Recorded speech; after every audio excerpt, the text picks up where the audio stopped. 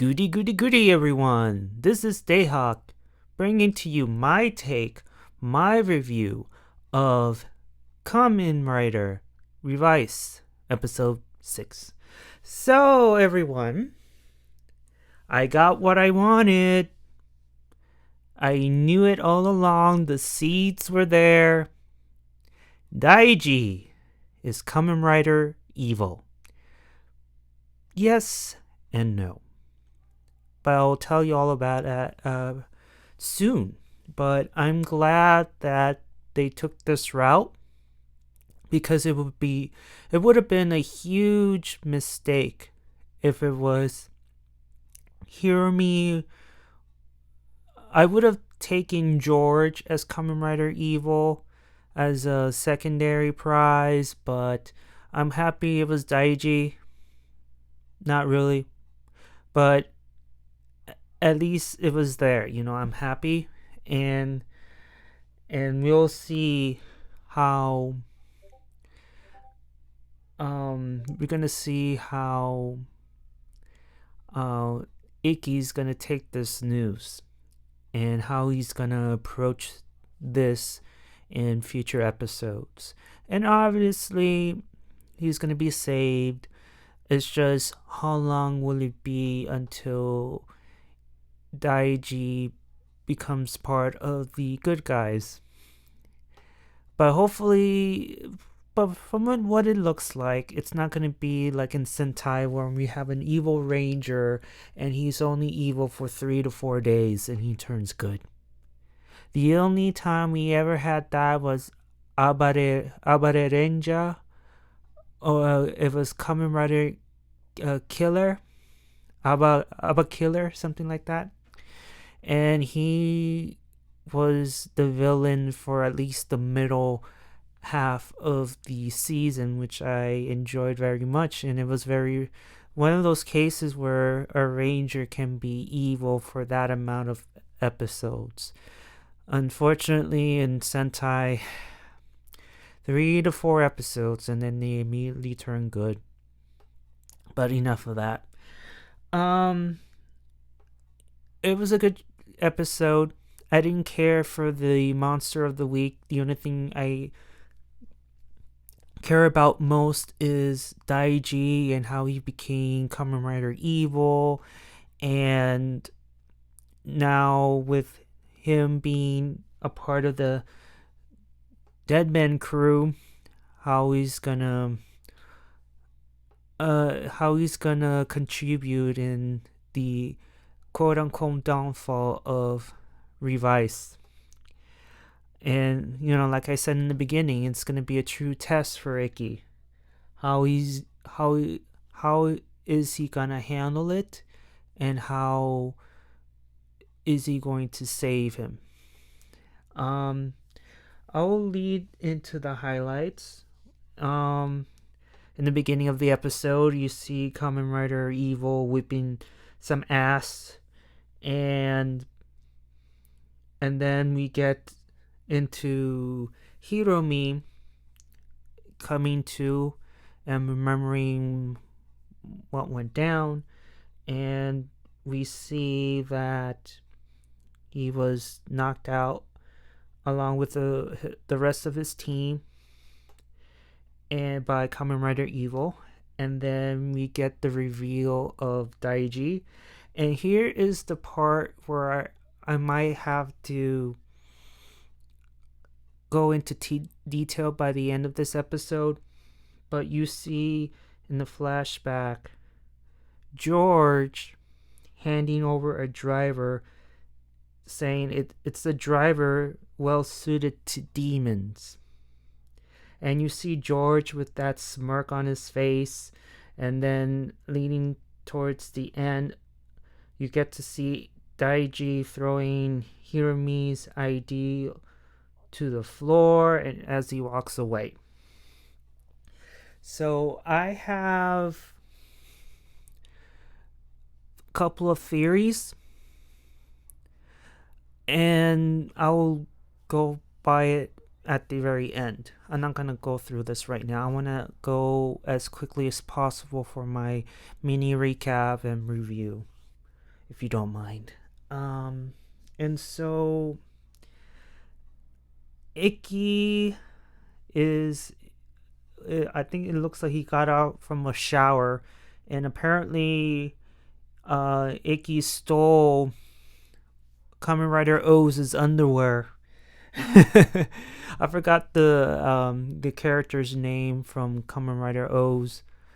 But if you can remember from that show, he always takes his underwear with him. I don't know why. It must be his lucky underwear, but just remember, it's been years since I've seen O's, so give me a break. But when I saw those pair, I'm like, did you steal them from a fellow writer? Yeah. Anyways, Icky is still wondering who the hell that writer was, and then you have Vice wanting to get a piece of candy, but after a magic trick, he didn't get the candy. Then it leads to a new case in the Genchan's investigations. Only this time, we have a sister who has a little brother who got into an accident, but then for some reason the jury or the courts deemed the driver innocent. They don't understand why. And also, they've noticed that they had a couple of witnesses, but they mysteriously disappeared, or that just didn't want to appear in court in the defense of her little brother. So that's when she came into the bathhouse, wanting to get some help, and she also also told Icky that there must be dead man involvement into it. I don't know. She must have saw some dead man surrounding the lawyer, whatever, and they figured, okay, I need to go to the bathhouse and hopefully they could hear my case. And so Papa had made some digging, and the lawyer's name is Kirito, and Icky's job is to find some information if this lawyer is involved with the dead man's and involved with the disappearance of the witnesses. Mind you, they did not disappear. They just didn't want to show up for no apparent reason. For what reason, we don't know yet. But it's kind of obvious for a Kamen Rider show. You kind of like, okay, I know where this is going, right? And Vice makes a mini introduction to Icky's family because he went inside the phone and they have a little talk. And then Kirito, the lawyer, has the kangaroo V stamp locked up in his vault. And we get to see in the next scene a flashback where he obtained the kangaroo stamp from the leader of the dead man. I think his name is Tekota. Yeah, I was sent to butcher, but I'm sorry. But he gets his hands on the V stamp, and then Icky's brilliant plan is to go confront Kirito, because I know where you have a V stamp. So can you fork it over? Just thinking around, I guess. But thanks to Vice, he went inside the vault. He has the stamp. And of course, he's not going to fork it over. Do you have any proof? So obviously, Icky's not going anywhere. So he leaves. And then another part what I wanted to discuss at the very end is that George and the commander have this talk. And the commander like was surprised that Daiji was the one who broke into the vaults and did such a crime. And then George says yes in a way and no in a way. Let's not do anything. Let's just take a step back and see where this goes. So I am wondering, does the commander know what's going on with Daiji? Because he lets George, what I'm trying to say is that maybe perhaps the commander does not know, but it's just, is he involved in some way? Again, I will come up with theories at the very end. I'm trying to finish this so I can have a detailed discussion with you guys about Daiji becoming evil. So in the next scene, you get to see the family eating curry, and Ikki notices something about Daiji, how he just quickly gobbles up the curry, and mind you, the curry was very spicy, and Daiji didn't like feel the effects on it at all. And either the dad said something or Ikki says something about him not handling his spices. But either way, he gave this look like, wait, something's not wrong. Something's not right here. You could see in his expression right there, like, what's going on here? And jumping through the next scene, Ikki makes an appearance in court, and he pretty much exposes Kirito of being involved with the dead man. Apparently he had someone meet him in his office. I think it may be one of the witnesses, and Ikki has like a video recording of Kirito and this witness talking, and him unleashing the kangaroo demon on her, and just telling her that do not show up at court or else. And how he got tape, well, if you could remember from the second episode, as with the T-Rex stamp, he accidentally stamped the bike where Vice possesses the bike. So in this case, after Ikki had a mini conversation with this witness, he ends up using the stamp to stamp the lady's phone, and that's where Vice recorded the whole thing. And so, pissed off that he got caught, he unleashes the kangaroo demon, and long story short, the kangaroo demon is destroyed by Kamen Rider Revice, and they confronted the lawyer again, telling him fork over the stamp. But Kirito didn't have the stamp, and you could see Ikki just patting him over, just like, okay, where is it, and it's not there. It doesn't.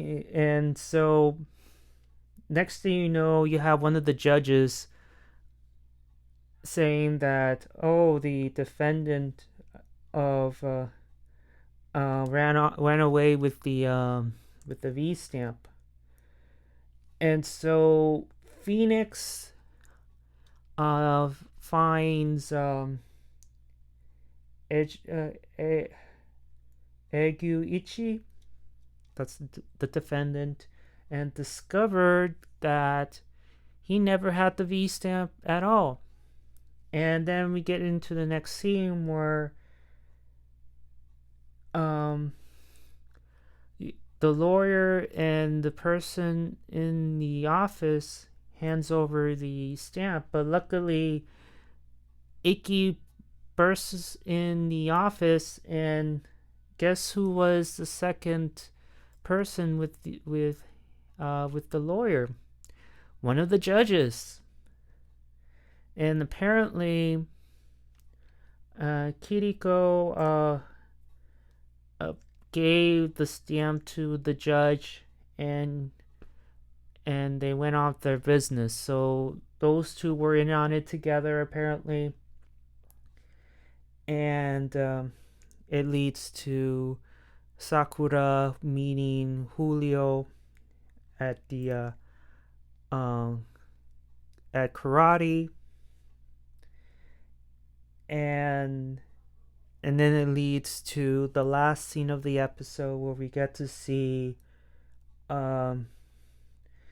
Daiji at the dead man's headquarters, all dressed in black, painted nails with rings. He kind of reminds me of Peter Parker in Spider-Man 3. He's emo Daiji. But then we get to discover something that it was a nice twist. He said that do not compare me to Daiji. I'm not Daiji. I'm the demon born from that idiot. My name is Kagero. Kagerou.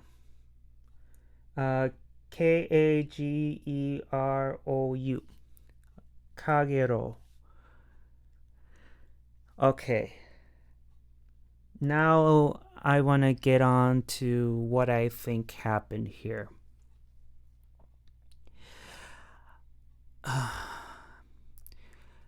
So apparently a demon took over Daiji. So it wasn't Daiji who became Kamen Rider Evil.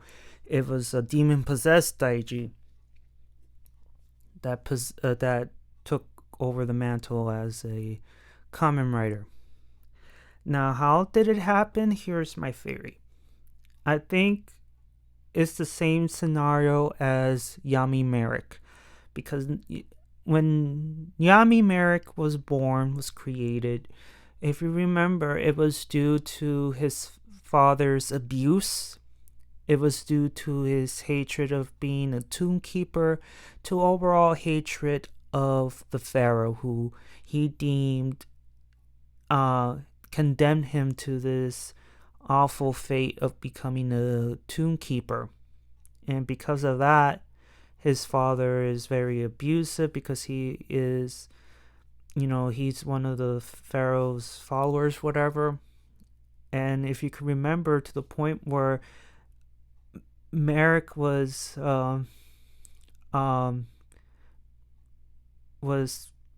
pinned down with his back facing up, if you remember, and you could see his dad trying to blade the ancient scriptures on the back of Merrick, and that's where you see Merrick's dark side start to reappear, to manifest. And it was due to Orion's loyalty and devotion that Yami Merrick was able to be contained until Orion was out of commission and Yami Merrick took over Merrick's body. So I'm thinking that in Kamen Rider with Daiji, I think that similar situation happened with him, because I believe, like I told you guys from the very beginning too in one of my videos leading up to this, that what happened in episode 1 with the fear and the shakiness of what happened with Hiromi, and then Ikki taking something that was supposed to be his, and then in the next 2 episodes he felt like he was being an errand boy. His company Phoenix is trying to recruit him, um, and he just felt like he was second fiddle. And then when he sees a new driver, he wants to get a second chance, but the commander just brushed it off like, no, I see what's going on here, but this is not about your personal issues. This is about saving the world. So, in other words, keep your jealousy at the door, your personal feelings at the door. So I'm sure that was bubbling in. Now, leading up to the talk with George, where George was doing pull-ups, Daiji was asking him, can I take that driver? And he said, if you remember, are you willing to change, make an update, whatever he said in that particular episode. I don't remember the line exactly because I don't see it in front of me, but something about what he said, kind of like, what do you mean by an update or upgrade? And then, leading up to today's episode, we see in the flashback that George gives the driver to Daiji, knowing that Daiji wasn't Daiji anymore, when he said this is a driver suited for demons. So George knows something. So here's another theory, aside from the Yami Merrick thing. Even though Yami Merrick it's different, you might say, but it's not at all different. But Yami Merrick aside scenario, I think George knows what happened with Daiji and how that demon came into being, because something must have happened off screen to have this demon Kagero to manifest and possess his body, which makes me wonder that maybe, just maybe, that George is the true evil. Because I'm not saying the true evil, but maybe one of the final bosses. Because why would he give one of his drivers to a possessed human? Why? Why exactly? And why did he told the commander to do not do anything, just let things unfold? Why? I seriously think George knows something more about Kagero that meets the eye. That he is responsible for Daiji being possessed. That's my opinion. So I think what happened with Daiji is with his hatred and jealousy of his older brother created Kagero, and then possessed him the way Yami Merrick possessed Merrick. Or George must have done something to Daiji that made Kagero and then maybe possessed Daiji. Sort of in the way of Kingdom Hearts Birth by Sleep, in a way. Because if you play Kingdom Hearts, the whole origin story of Vanitas, where Master Xehanort uses Keyblade to